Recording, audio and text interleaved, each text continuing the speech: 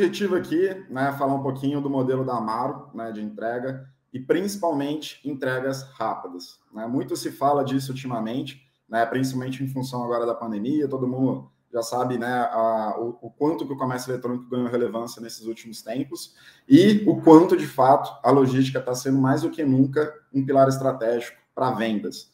Então, a ideia aqui é basicamente falar sobre isso, né, o quanto uma venda, uma entrega rápida, de fato, aumenta vendas, né? Isso parece um pouco redundante, mas tem algumas dicas aqui que talvez possam ajudar a vocês serem cada vez mais diretos e, obviamente, falar um pouquinho de como é que a Amaro trabalha com isso. Primeiro, falando um pouco, né, sobre mim, eu sou natural de Belo Horizonte, tenho 35 anos, sou formado em administração e tenho um pouco mais de 10 anos, né, de experiência em supply de uma forma geral. Né, as principais empresas que eu trabalhei, comecei minha carreira nas Minas, no mercado mais siderúrgico, depois passei bom tempo aqui na Natura, depois entrei no comércio eletrônico pela Privale na primeira vez, voltei aqui para o mercado de cosméticos com a L'Oréal e, por último, Mercado Livre e agora Amaro por 6 meses. Bom, falando um pouquinho da Amaro de uma forma geral, até para facilitar, né, o que a gente for conversar daqui em diante. A Amaro até então, né, até o finalzinho do ano passado, tinha um posicionamento muito mais claro de uma empresa de moda, de fato, e no início desse ano houve um novo reposicionamento da empresa, que agora a gente é uma empresa que é o que a gente chama de lifestyle. Ela segue direcionada para o mesmo público, principalmente feminino, porém a gente complementa o carrinho de compras, né, dessa pessoa que não é só mais vestuário em si, né, roupas e calçados, mas produtos de beleza, cosméticos, produtos de bem-estar, né, já alimentícios, né, numa pegada muito mais healthy, e também produtos de casa e decoração. Então, a Amaro hoje é uma empresa que tem, né, um pool de produtos muito maior para atender sempre a necessidade da nossa cliente. A gente trabalha principalmente por dois modelos, né, tanto, obviamente, a venda online, assim como também as lojas. Né, o modelo do Guide Shop, né, foi a forma como a Amaro se tornou um pouco mais reconhecido no Brasil, que é aquele modelo original que você vai na loja, experimenta um produto, você pode levar ele para casa se você quiser, né, compra lá no modelo tradicional de varejo, ou você decide, né, com que o produto seja entregue direto na sua casa. Ou seja, eu vou na loja, experimento, gosto e opto por receber na minha casa ao invés de eu sair, né, com esse produto diretamente comigo. Então, a gente trabalha nesses dois canais, tem lojas espalhadas no Brasil inteiro e, obviamente, tem o nosso super app, né, com todo o nosso sortimento à disposição de qualquer cliente. Qual que é o desafio aqui, né, que a gente teve no início desse ano, né, e que a gente promoveu buscar algum tipo de resposta, né? Como aumentar, né, essa conversão de pedidos, vendas de uma forma geral, através de um serviço extremamente ágil. Quando eu falo conversão de pedidos, né, para quem não está familiarizado com a expressão, é basicamente garantir que toda pessoa que entre no aplicativo ou entre no site da Amaro, que escolha um produto, né, que vá até o seu carrinho, que de fato conclua todo esse processo, que não abandone esse carrinho. Né? A gente sabe que isso acontece por N motivos. Né? A pessoa foi dar uma olhada na foto do produto, não gostou do preço, uma forma de pagamento não tão interessante, um serviço que não era na velocidade que a pessoa gostaria, enfim, tem N motivos, né? Coloquei aqui alguns, mas que todos eles podem impedir, né, que uma cliente conclua a sua compra através do primeiro clique, né, quando ela escolheu aquele produto pela primeira vez. A grande questão aqui é fazer com que a logística seja um diferencial. Então, quando essa pessoa for olhar pela primeira vez o tempo previsto de entrega e o frete que está sendo cobrado para aquela entrega, que seja algo compatível com a expectativa dela. Né? Então, esse é o grande problema que a gente gostaria aqui de resolver. Qual o resultado que a gente alcançou? E aí, obviamente, eu vou explicar como que a gente chegou nisso. Basicamente, né, nesse Dia das Mães agora, em maio, né, pegar aqui um período de venda super recente, está falando de 4 meses atrás, a gente dobrou o número de pedidos que a gente entregou no modelo extremamente expresso. Ou seja, isso foi muito além, né, do crescimento que a companhia teve comparando mesmo os períodos. Né? Então, comparando o Dia das Mães de 2020 com o Dia das Mães de 2021, a gente teve um dobro, né, de pedidos entregues de uma forma extremamente veloz. Então, como é que a gente conseguiu capturar essa oportunidade e oferecer um produto que, de fato, era compatível, né, com as expectativas desse público? 3 tópicos principais para a gente responder essa pergunta, né? Responder e conseguir alcançar esse resultado.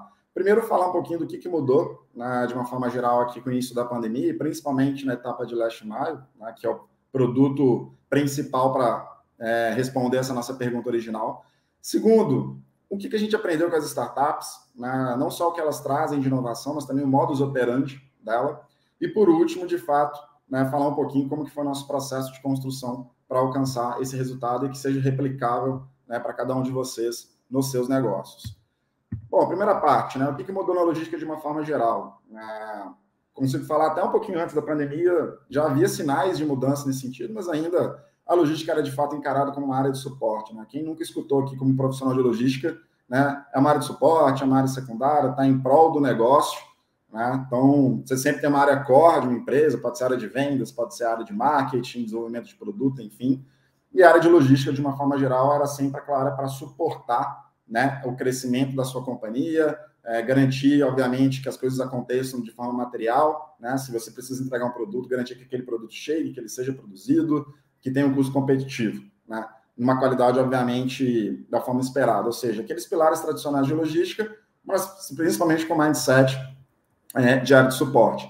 Fonte de custos, né? Então, sempre quando tem uma discussão de aumento de rentabilidade, naturalmente passa por logística a conversa de como a gente pode reduzir custos, e uma tecnologia que não era, né, de grande destaque. Né? Se a gente for comparar outros setores do mercado, logística ainda estava dando seus primeiros passos. Certamente, né, sempre teve alguma evolução, mas não na velocidade como você já percebia, né, em outros setores do mercado.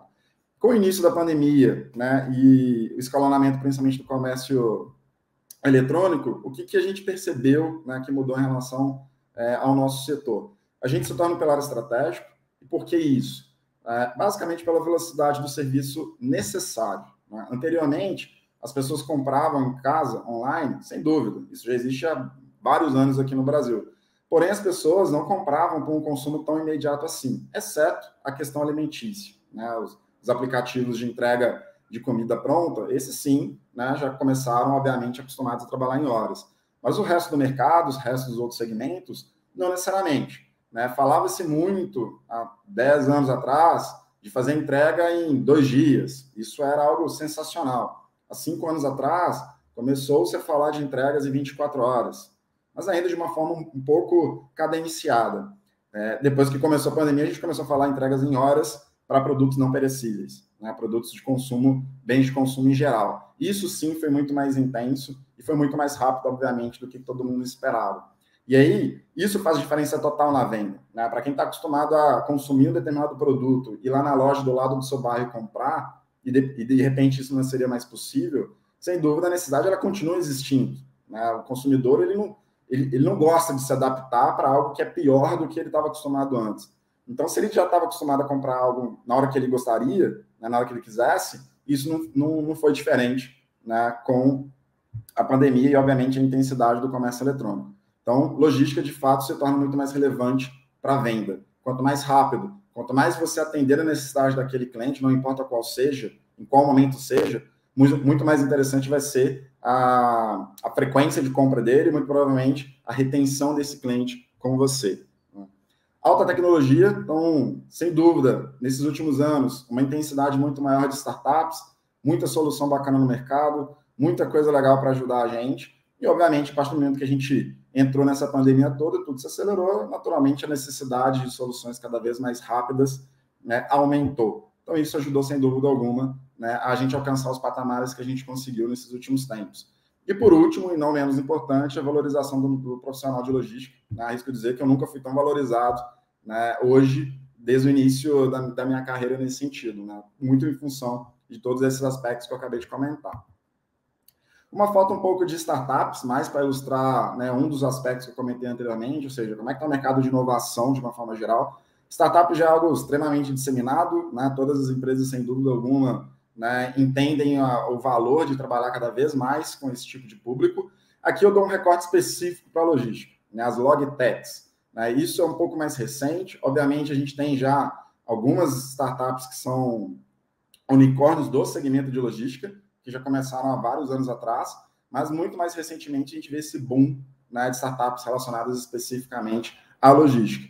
Né? Teve um aumento aqui, dados estatísticos, 700%, ou seja, um número, né, exponencial nesses últimos 10 anos, e mais de $1 bilhão, né, já foi investido só no Brasil nesse segmento, né, de logística. Ou seja, não tem a menor dúvida que elas vieram para ficar, para nos ajudar, para resolver dores que a gente tem e acelerar, principalmente. Ou seja, junta um pouquinho do contexto de pandemia com startups do seu lado como parceiras, permite você solucionar seus problemas de uma forma muito mais rápida, muito mais simples, muito mais burocratizada e muito mais barato, né? Então, acho que o objetivo de falar desses primeiros 2 slides é muito para falar, assim, o contexto de trabalhar com soluções ágeis de entrega, hoje é muito mais fácil do que já foi. Não quer dizer que é mais simples, que é uma solução simples, sem dúvida existem seus desafios, mas é muito melhor trabalhar hoje, né, com esse desafio do que no passado, em função de todos esses aspectos. E o que a gente aprendeu, né, trabalhando um pouco com as startups de uma forma geral? Primeiro, um conceito que já está sendo um pouco disseminado também há alguns anos, né, está sendo chamado no mercado de Lean Startup. É um jeito muito mais simples, né, de você trabalhar com uma ideia, né? Basicamente, você tem um problema que você precisa resolver, você desenvolve uma ideia para aquilo e testa. Eu acho que o grande aprendizado aqui, se for simplificar todo esse ciclo, é aquela ideia de vamos testar primeiro e descobrir o que a gente precisa adaptar na nossa solução. Ou seja, vamos investir muito menos tempo em fazer uma solução linda, maravilhosa, que a gente não tem certeza se ela vai funcionar. Ainda mais no contexto que a gente enfrentou agora, né? Muito mais gente comprando online, pessoas com perfis completamente diferentes, com necessidades que mudam constantemente. Hoje eu quero um produto agora, amanhã eu posso querer daqui uma semana, não tem problema para mim, ou seja, eu mudo a minha necessidade constantemente. A volatilidade é enorme, né? Para quem já ouviu falar daquele conceito do VUCA, né? O VUCA hoje, quando eu escutei VUCA antes da pandemia, todo mundo achava que, caramba, será que consegue ser ainda mais rápido? Sim, a pandemia pegou o VUCA e jogou lá na 10ª potência, né? Então, isso torna um ambiente extremamente complexo, né, de leitura. Então, é muito mais interessante você testar da forma mais simples possível, barata possível, uma ideia, como se fosse um protótipo, testa, entende qual é a recepção dele, corrige, adapta e faz isso N vezes. Não é 1, 2 ou 3 vezes. Quantas vezes forem necessárias para vocês, de fato, conseguirem, né, escalar um produto que faça sentido. A partir do momento que você teve segurança nisso, realmente desenvolver um produto de entrega rápido na região que faz sentido aqui para a nossa cliente, atenda a expectativa dela da melhor forma possível, aí sim eu vou escalar isso para outras cidades, para outros bairros, por exemplo, que possam se beneficiar disso. Então, esse para mim é o que eu mais aprendi trabalhando com startups, estudando no meio deles, é essa forma de você trabalhar, né, de um jeito muito mais ágil e sempre com mindset pró-cliente, né? Ou seja, importa muito menos o que eu acho, importa muito mais o que a cliente acha. Ela que decide, ela que toma a decisão de clicar no produto da Amaro e executar o pagamento. Se ela não faz isso, alguma coisa na jornada de compra dela ali, né, não a satisfez. E eu preciso entender o que é, né? E, de novo, acho menos eu. Tem que ser muito mais, né, a cliente nesse sentido. Aqui, um pouquinho do nosso MVP de logística, né? Então, a Minimum Value Product, para quem não está familiarizado com esse conceito, é basicamente o que eu acabei de comentar, você fazer, né, um teste mais simples possível, mais barato possível, para você testar, né, o seu produto, a dor que você quer resolver. Nosso laboratório de logística, hoje, para quem está acostumado a trabalhar com comércio eletrônico, é um número infinito de clientes, né? Cada cor aqui representa um cliente de uma região diferente do Brasil, de um município que está acostumado com uma rotina diferente, enfim. Essa é a grande complexidade, o grande desafio de trabalhar direto, né, com esse público que é cada vez mais, de novo, imprevisível e cada vez mais diversificado, né? Então, você tem um laboratório infinito de possibilidades para testar, né? O nosso desafio aqui como profissional é fazer os testes e ficar cada vez mais próximo do que deveria ser a solução ideal, né, através de todo esse universo, né, complexo nesse sentido. Produtos que a gente tem, por exemplo, a logística, né, para responder a questão da venda expressa, você tem hoje a entrega tradicional, né, alguém coleta um produto dentro do sistema de distribuição, da sua loja, faz uma entrega direta no cliente. Você tem hoje coletas na loja, né, para quem quer economizar um valor de frete, ter uma loja próxima de você, tem cliente que opta, né, por fazer a retirada. Você tem o PUDO, né, que é o Pick-up Drop-Off. Então, basicamente, eu não quero só coletar na loja, eu quero coletar em algum local da minha conveniência, que seja um supermercado, que seja uma lavanderia perto da minha casa, que seja uma padaria, enfim. Então, locais que estão próximos de mim e que não necessariamente é a loja, né, da empresa a qual eu estou comprando aquele produto. Locker, né? Então, tem lá, né, um escaninho para você, né, com QR Code, já tem muita empresa trabalhando com esse tipo de solução para você lá pegar seu produto. Entregas com velocidades diferentes, entrega no mesmo dia, né, entregas em até 24 horas. Enfim, gente, são possibilidades diferentes que existem de produtos para você fazer entregas rápidas. Ah, tem solução aqui de prateleira para todo mundo utilizar? Certamente não. Tá? Então, cada empresa tem uma característica, tem um tipo de cliente, tem um tipo de necessidade, né, tem um tipo de malha logística atual, que cabe a vocês, obviamente, primeiro, entenderem o que o cliente necessita e olhar para dentro de casa para falar o que eu posso oferecer, e não o inverso. Isso também faz parte, né, da mentalidade de startup. Olha mais para fora, entende, né, o que está acontecendo, o que você precisa, de fato, propor, olha para dentro de casa e adapta um pouquinho nesse sentido. Ou seja, é olhar para essa tela de compra aqui, né, esse é um produto real da Amaro, olhar para isso e falar, se ela não aperta o botão ir para pagamento, por que ela não fez isso? Né? Foi por causa do preço? Foi por causa do valor do frete que eu estou cobrando para ela aqui, R$ 6,50? É por causa do prazo de entrega, que aqui está 2 dias úteis? Enfim, o que não está atendendo, né, a necessidade dela? Então, de novo, olha para fora para depois, né, olhar um pouquinho para dentro. E aí, como é que a gente consegue tentar responder, né, essas perguntas nesse sentido? E aqui eu vou colocar 6 passos, né, básicos, muito utilizando o método de startup, que foi o que a gente fez, né, e aí conseguir oferecer um produto que de fato seja, né, adequado às necessidades. Primeiro, definam perguntas. Né? Então, assim, o que vocês querem responder? Né? Então, eu quero fazer frete, eu quero fazer uma entrega rápida. Mas você quer por quê? Né? Então, assim, porque tem demanda? Você tem certeza que essa demanda existe? Primeiro aspecto, né? Vou oferecer um produto rápido, porque de fato existe uma demanda reprimida para esse tipo de produto? Então, a pergunta aqui nesse exemplo é: entregas no mesmo dia, tem demanda em São Paulo, capital? Então, essa é uma pergunta que eu gostaria de responder. Né? Como é que eu posso responder essa pergunta? Bom, vou checar onde está o meu mercado atual. Ele está mais concentrado em São Paulo, capital? Está menos concentrado? Está mais disperso nos interiores do Brasil, que já estão acostumados com serviços não tão rápidos assim? Onde a conversão, né, que é aquele clique lá da pessoa no produto para confirmar o pagamento, é mais sensível a prazos ofertados. Né? Então, quando eu ofereço um dia, é diferente quando eu ofereço 2, é diferente quando eu ofereço 3. A gente pode testar isso. Né? Um belo dia você vai lá e aumenta o prazo, vê o que acontece. Garante, né, a mesma oferta de produtos, os mesmos descontos, mas muda ali uma informação para você ter um pouco mais de clareza, né, se isso de fato é impactante ou não. Se sim, você já tem um potencial mercado ali para trabalhar. Comportamentos do cliente de uma forma geral, onde ele clica, por que ele clica ali, o que ele entende, o que ele interpreta, o que ele precisa. Converse com clientes, marque entrevistas. Né? Mas eu tenho uma empresa que trabalha com centenas e milhares de clientes, né? Como é que eu vou conversar com cada um deles? Faz uma amostra pequena, 10 pessoas, 15 pessoas, né? Vai a campo, observe. E principalmente no caso de comércio eletrônico, já tem muita solução, inclusive de startups, que você consegue saber o que a pessoa está fazendo, né? Onde que ela está clicando, onde é o mapa de calor, né, de acesso dela no aplicativo ou no site. Isso é fundamental para você responder esse tipo de pergunta. Olhando a parte de custo, né, qual que é o equilíbrio entre o frete que eu cobro versus o que eu vendo? Né? Cobrar R$ 6,50 para São Paulo é bom? E se eu cobrar 5? E se eu cobrar 10? O que muda, né, na conversão de venda? Se eu subo para 10 o preço, vou vender menos pedidos a ponto de compensar ou não? Né? É equilibrar esses pratos de custo e não olhar só para frete. É uma conta total. Né? O frete diretamente relaciona a receita. Então, é olhar as duas pontas. Né? Você tem que achar um equilíbrio entre aquilo que você oferece de custo versus aquilo que é mais atrativo para a conclusão e conversão final de vendas.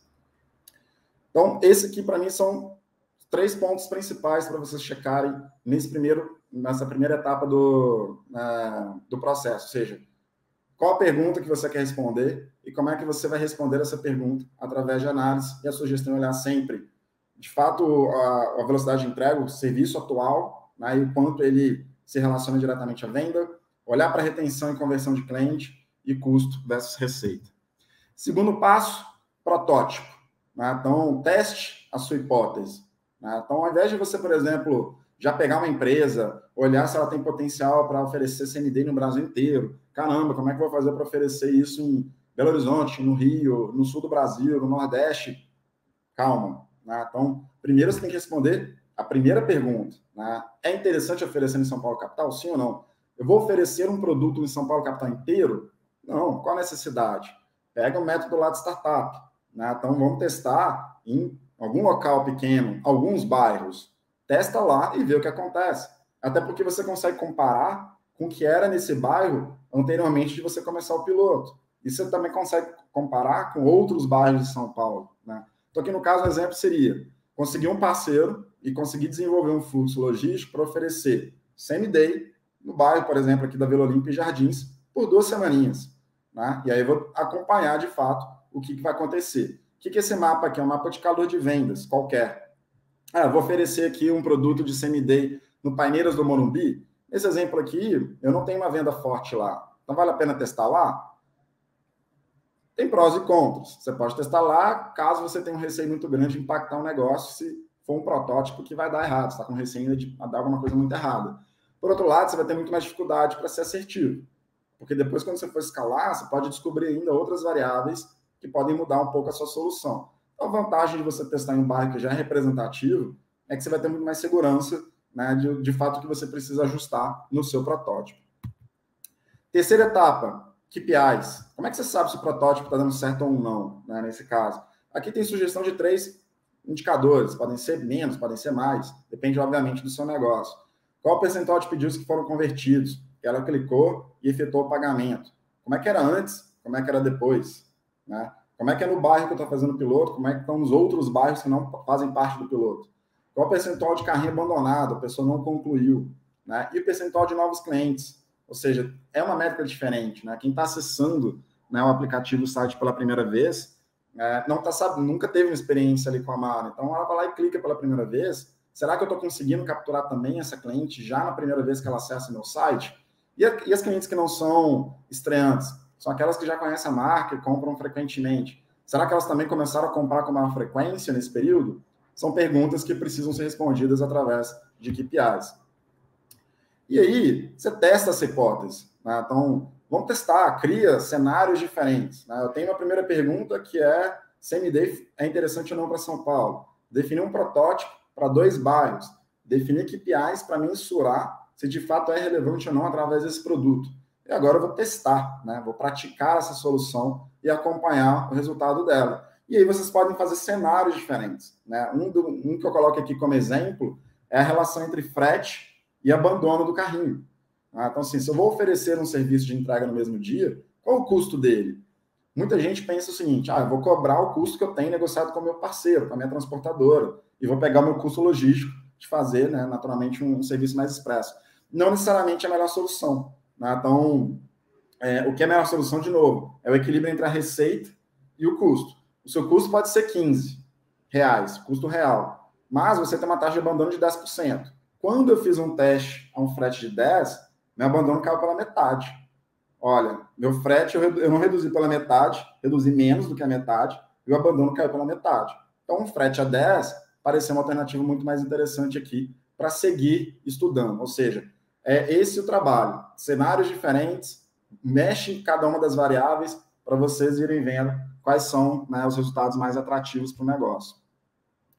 Escala a sua solução. Descobriu uma forma. Caramba, frete a R$10. Esse é o melhor modelo. Eu equilibro o meu custo e, ao mesmo tempo, eu tenho uma taxa de abandono muito baixa. Está na hora do quê? Escalar.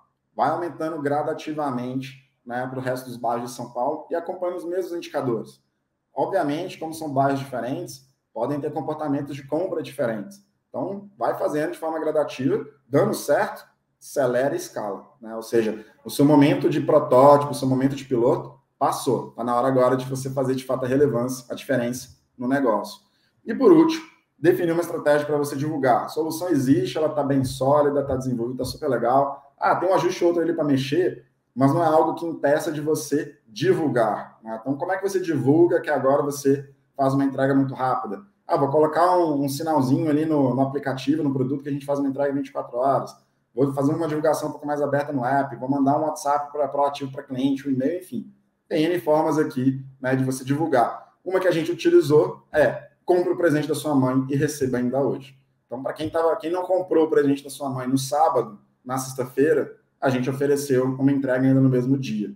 Então, o produto do same-day, ele foi extremamente relevante para esse público que deixou para os 48 do segundo tempo e não tinha, né, condição ou interesse, não estava à vontade de ir fisicamente no varejo, igual a gente já viu N vezes na televisão, né? 24 de dezembro, antes do Natal, enfim, um monte de gente na rua para comprar o produto da sua mãe. Ou seja, esse comportamento que eu falei um pouquinho antes, né? O comportamento do consumidor não mudou tanto assim, e ele não gosta de se adaptar para aquilo que é pior. Então, se aquela pessoa que gosta e sempre comprou presente aos 40 do segundo tempo, provavelmente ela vai querer fazer isso de várias e várias vezes, não importa os motivos que façam com que ela faça isso. A grande questão é, ela não podia mais sair de casa, ou ela não queria mais sair de casa, e agora como é que eu resolvo, né, essa dificuldade dela? Eu vou lá e entrego no mesmo dia, assim que ela comprar isso. Então, a estratégia, ela trouxe a gente para resolver essa dor, e foi através dessas ações que a gente conseguiu alcançar, né, o resultado de dobrar o número de entregas no Dia das Mães, que as entregas que a gente fala, né, essencialmente expressas. Então, aqui é um apanhado, né, de todos os 6 passos que eu comentei, 100% método de startup, não tem nada particular aqui da Amaro, é uma questão só de como vocês enxergam, né, o próprio trabalho de vocês, os processos, produto, empresa, e principalmente olhar para fora primeiro, para depois olhar para dentro. Por último, finalizar, aqui é um pouquinho dos modelos de entrega que a gente trabalha na Amaro, né, para que vocês conheçam um pouquinho. A gente é uma empresa omnichannel. Omnichannel também, né, é um conceito muito bem disseminado nesses últimos 5 anos. E, de novo, ser omnichannel é chique. Às vezes o pessoal fala, né, puta, que legal, ser omnichannel sempre traz uma vantagem. Não necessariamente, né? Aqui é uma solução omnichannel que é conveniente de acordo com o nosso público. Então, a gente investe em produtos e soluções sempre olhando para o que a nossa cliente quer. Então, a gente tem 5 fluxos principais. Primeiro, tradicional, compra 100% online, que é o vermelhinho aqui, sai do centro de distribuição, vai direto para a nossa cliente, compra online, recebimento em casa, atendimento via sem distribuição. Tem um segundo modelo que é o mesmo, a diferença é que o produto pode sair da loja, então a gente utiliza a loja também, né, como uma fonte ali de produto para entrega para a nossa cliente, porque isso é diferente do que um centro de distribuição, por localização, é muito mais rápido você utilizar uma loja que está muito mais próxima, talvez, de um município, do que o seu centro de distribuição. A entrega online, e o cliente vai lá e busca na loja, né, que é o que é chamado hoje de in-store pick-up, ou coleta na loja. A compra offline, eu vou na loja e compro na loja, é um varejo tradicional, vou lá, recebo meu produto e vou para casa com ele fisicamente. E o último, né, eu compro offline e vou lá na loja, né, comprei o produto, mas eu peço para entregar na minha casa para não ter que sair com o produto nas minhas mãos. Ou seja, são 5 soluções que a gente oferece hoje, com prazos, obviamente, diferentes, com propostas de valor diferentes. Ou seja, oferecer alternativas aqui é sempre para a proposta de valor que ela oferece. Soluções que têm propostas de valor parecidas, né, dificilmente fariam sentido. Então, cada uma delas aqui oferece, sem dúvida, né, algo diferente para aquela cliente. Então, a compra online é muito mais conveniente, é previsível, você tem um prazo estandarizado. Quando você faz uma compra online, você tem acesso ao sortimento inteiro da loja. Né? Quando você faz a compra online e opta e a entrega vem através de uma loja, é muito mais rápido, né? Ou seja, aquele serviço super premium, porque a loja está muito próxima da minha casa, então isso é muito mais rápido. Quando eu opto por ir na loja, por exemplo, eu tenho o valor da experimentação. Eu vou lá, olho a roupa, experimento, vejo se ficou boa, tenho contato com a marca. Por outro lado, você tem um sortimento um pouco menor, né, comparado com o que você tem, por exemplo, no aplicativo ou no site. Enfim, então, cada um dos 5 métodos que a gente trabalha aqui, de novo, né, todos eles têm um motivo de existência e um propósito para existir. E a gente mensura o sucesso deles e a penetração de cada um deles sempre por KPIs, para a gente constantemente ajustar o nosso produto. Ou seja, aquele método de startup, ele não terminou, ele é infinito, ele é constante, porque sempre a gente tem a oportunidade de aprimorar cada vez mais as nossas soluções. Resultado final, não só os 100% dos pedidos entregues em mães, né, mais do que o ano anterior, são dados praticamente atualizados, a gente tem quase um pouco mais de 40% das entregas em até um dia no Brasil e 70% em 2 dias. Então, são números extremamente expressivos, né, comparados com outros players aqui no mercado. Então, isso é fruto também, de novo, da gente sempre buscar soluções particulares, né, para as necessidades das nossas clientes. Pessoal, muito obrigado. Deixo aqui os meus contatos, né, tanto e-mail quanto telefone, LinkedIn. Fiquem absolutamente à vontade, né, para entrar em contato comigo aqui, para a gente continuar nessa troca, né, super bacana aqui com vocês. Acho que agora tem alguns minutinhos para perguntas, né? Legal, Gustavo, legal, Gustavo. Muito obrigado. Parabéns aí pelo trabalho realizado, né? E a gente sabe que, de fato, a nossa área ela teve um boost aí, né? Em função da nossa importância na pandemia, né? Porque com a pandemia o cenário de abastecimento se complicou demais e a gente teve que se reinventar, claro, com a ajuda de tecnologia e pedindo ajuda, inclusive, das startups, que é um ponto que tu ressaltou aí, que é fundamental para a gente conseguir fazer o turnaround dentro do nosso negócio, né? E a pergunta que eu tenho aqui para ti é o seguinte: como que é a questão do relacionamento com essas startups, né? Por exemplo, pensando em empresas tradicionais, né? Como é essa questão de trabalhar com a startup, né? Por ter um processo todo mais fechado, mais empacotado do que uma startup. Vocês passaram por isso aí ou não? Legal. No caso da Amaro, é muito mais fácil, porque a Amaro é uma empresa muito nova. Então, assim, a Amaro tem vai fazer 9 anos em breve, né? Então, é como se fosse quase uma startup, porém ela já está no estágio um pouco mais maduro. Então, ela já tem uma mentalidade muito mais aberta para trabalhar com esse segmento e ela fez isso desde o seu início, né? Pegando um pouquinho, talvez, de experiências que eu já tive em outras empresas mais tradicionais, sim, existe uma questão de mindset que é diferente, né? Então, tem muita gente que está acostumada ainda no mercado tradicional de trabalhar de uma forma mais burocratizada, um pouco mais quadradinho, então tem dificuldade de abrir um pouco mais o leque, de arriscar, né? De botar a cara a tapa no mercado. Eu acho que é uma questão de adaptação, sem dúvida, tem muito case legal no mercado de empresas grandes que estão criando seus labs próprios, né? Então, isso acho que ajuda a disseminar cada vez mais o conceito de trabalhar com startup e quanto isso favorece. Muita empresa patrocinando startup, investindo. Então, a tendência, sem dúvida, é extremamente positiva. Cada vez mais, acho que a gente vai encontrar empresas que ainda evitam ou enxerguem isso como um problema. Tá? Mas, sem dúvida, ainda existe um pouquinho desses paradigmas para ser quebrado.